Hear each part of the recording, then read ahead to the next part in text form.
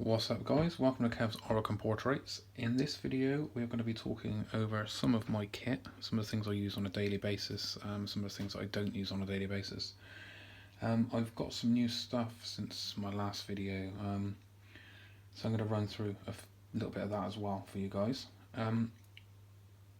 Loads of people always ask me on things like Facebook and on Twitter and things like that, what do I use to try and create some of the stuff that I do. And I haven't really got any fancy kit. I've just got your basic pencils and things like that. But it all depends on how you use them. I mean, some people have a more sketchy style. Some people use blending stumps all the time. Some people, you know, they've got loads of different methods. There's hundreds of different methods to do drawings and, you know, artwork. But I think some of the main questions I was asked was, how do I achieve some of the effects with the tools that I've got? And I've had to write endless lists of things that I own, that I use. So I'm figuring if I do a video, people can just watch the video. It's so much easier for me. Not that I don't mind, you know, sending people lists of my kit, but it's so much easier just to send them a link than to copy and paste the same list multiple times. Right, so the first thing I'm going to show you is this. It is your bog standard cheap as chips mechanical pencil. You can get these in packs of 10 for a couple of pounds at a local supermarket, probably a couple of dollars I expect if you're in the US. They did originally do them in a 2H, HB and a 2B. And they were colour coded. Blue was HB, red was 2B, and black, I believe. Yeah, one of these was a 2H. But now they do them all in a standard, 3 separate colours, standard HBs, and they are ideal for line work. Tiny areas, obviously, because of the nib, you can get it quite a nice point on it. So yeah, I use that quite a bit. It's really cheap. They last. A pack of 10 normally lasts the whole year, so very, very, very cheap. The next things I use are, these are pencils I use quite a lot, and they are Koh-i-Noor Hardness, the Progresso pencil graphite sticks. I have these in a 2B, a 6B and an 8B. I don't have a 9B. I prefer to use a Polychromos or a Derwent drawing pencil for that. But I do use these on a regular basis. Most of this drawing is done with 4B and 8B. My 4B is mechanical. I'll show you that one in a minute. But I highly recommend this make of pencil. It's really, really smooth. It blends really, really well with Polychromos pencils. Not so well with Prismacolor, I must admit. Prismacolor gives a darker lay down. It goes down nice and dark and nice and deep. These won't blend with it very well because it's slightly waxier, whereas the Polychromos, in my opinion, is more powdery. So yeah, these do work really, really well if you're trying to blend into a deep black colour pencil. So I do highly recommend these. So if you haven't heard of them before, there they are. Have a little look. You normally get them in a set. They're not expensive, roughly the same as a Staedtler, but you know, definitely have a look at those. The next thing on my list that I use a lot of is my mechanical pencil. It's a Staedtler Mars Technico, and it is absolutely fantastic. This was the first one I owned. I had it for my birthday, believe it or not, only in September. So I've only had this for a couple of months, and it's the best present I had. My partner laughs at me because out of all the stuff I had, this was my favourite gift. Also with this came this. This is a pointer sharpener. If you've never seen one before, I'll have a quick demonstration. Tiny little hole, pencil goes in, and then once it's in, you just spin. And the more you spin, the faster you go, the sharper the point you get. And when I say you get a sharp point, you absolutely get a sharp point. Take the excess off. As you can see, it is a very, very fine point. It's perfect for tiny details, delicate work. I have the infills I have in a 4B. These are Koh-i-Noor Hardmouth infills. They come in I've got an open pack, I can show you guys. So yeah, you get probably about 20 in a box, like £4 a box, and since September I've been through 2, maybe 3, so they do last quite a long time, but absolutely one of the best things you can get if you're serious about drawing.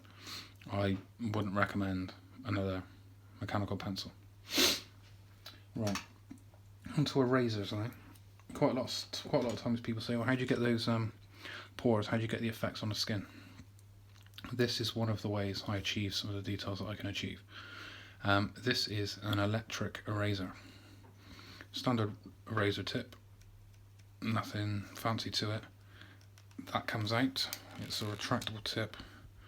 Infill slots in like you would a mechanical pencil, so it just slots in there. You put that in, battery's in the bottom, and once it's assembled, press the button, rotates and spins.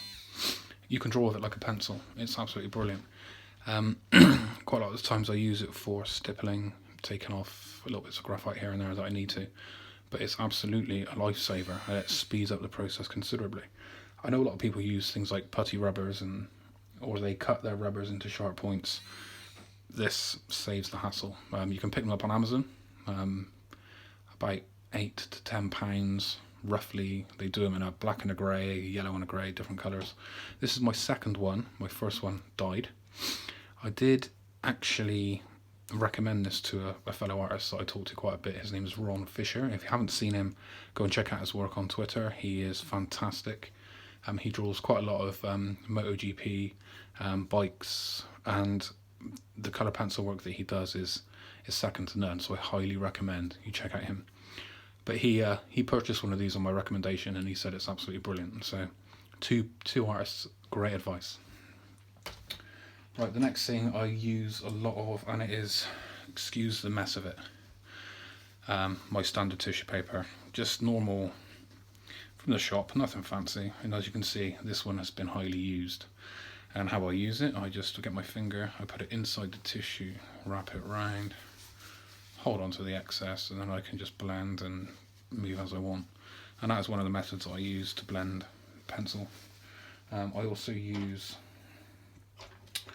blending stumps. I've got hundreds of these things knocking around. I find them all over the place. Sometimes they fall out of cupboards and things like that. And very, very occasionally I will use a paintbrush, but not very often. I prefer to use these. I feel like I have more control with these than I do over a paintbrush. The only trouble with the blending stump is, as you can see, I cut mine every sort of few hours. I cut it. When it's clogged with graphite, as you can see on the end, when it's got a lot on there, it doesn't blend hardly, it doesn't blend very well at all. It just kind of burnishes the paper more than blending. So I also have a standard Staedtler eraser. I cut mine up. I use this for this drawing, in fact. I hadn't used it in any other drawing because I don't normally erase. I only use it to clean the paper when I finished. But I actually did use this when I was doing the powder graphite base for this drawing underneath. And I found, I prefer these over putty rubbers. I don't know why, maybe it's from school days, I suppose. I'd never had a putty rubber in my entire life, so maybe that could be another purchase. Also I use, said about earlier, Polychromos Black. I use these to blend with graphite. I find they blend better than Prismacolor. Also, another method I've come across recently, and I wouldn't advise it if you're not comfortable with using it or if you're planning to erase, and it is this. It's a marker, permanent marker. I tried a few techniques to try and get a nice deep black, and I wasn't sure how to achieve a nice deep black without using charcoal, but I didn't want to make a mess using the charcoal, so I tried a few different methods, and I found one that worked really well for me was a permanent marker. Now you can't just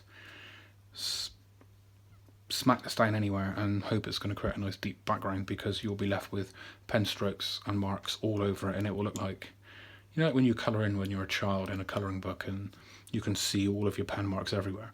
That is what it looks like. It wasn't until I did a few tests and I found that if I used powdered graphite and blended on top of the permanent marker, it created a very smooth, very deep black with no pencil mark, no pen marks, no pen brush strokes anywhere. And I was absolutely amazed at the deep black that it created. So on my next drawing, I have a lot of deep black, so I'll be testing this out fully. On my next video, you'll see if it's been successful. If you don't see the video, it obviously hasn't worked. Right, next up on my list of things, I have a white gel pen. I use this maybe once a month, maybe once every 2 months. Very rarely do I use this, but if I need to do a highlight, if I need to do a bit of eye shine or something that I just cannot achieve with an eraser, I will dot some of this on there just to bring it back to life if some of the graphite has been smudged over. And also, for you viewers out there, if you're wondering about a pencil case or how to store your equipment, I have daughters. This is a makeup case. Check it out. Absolutely fantastic. I fit all my pencils in here, roll it up and take it anywhere with me. Who needs to buy a pencil case when you have daughters who don't need their stuff anymore? And one final thing while I'm here. I own one pencil extender, and here it is, this pencil extender. I think it's a paintbrush extender, to be honest. Because that's what it was intended for. The person who sold it to me said, oh, I've got some paintbrush extenders, and I just assumed that this is for paintbrushes, but I don't know if this is a pencil extender or not. Let me know. I use these. This is my go-to pencil extender. Inside child's medicine bottles, when you go to the pharmacy and you get your child their medicine, sometimes they have these syringes inside, and this bit goes inside like a plastic case. When you syringe up the child's medicine, put it in their mouth and squirt it in there. These fit the diameter of a pencil absolutely perfectly. I have loads of these in the drawers because I've got children.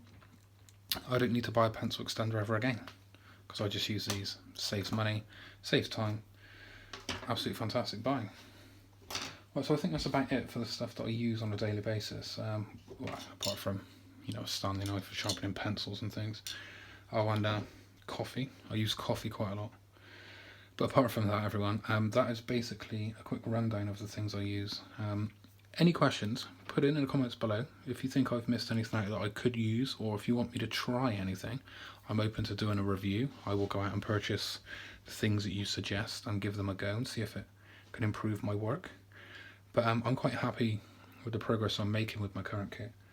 And obviously, if I find out anything else that I think will be a benefit for you guys watching, or for myself, then I will absolutely put them on the next video.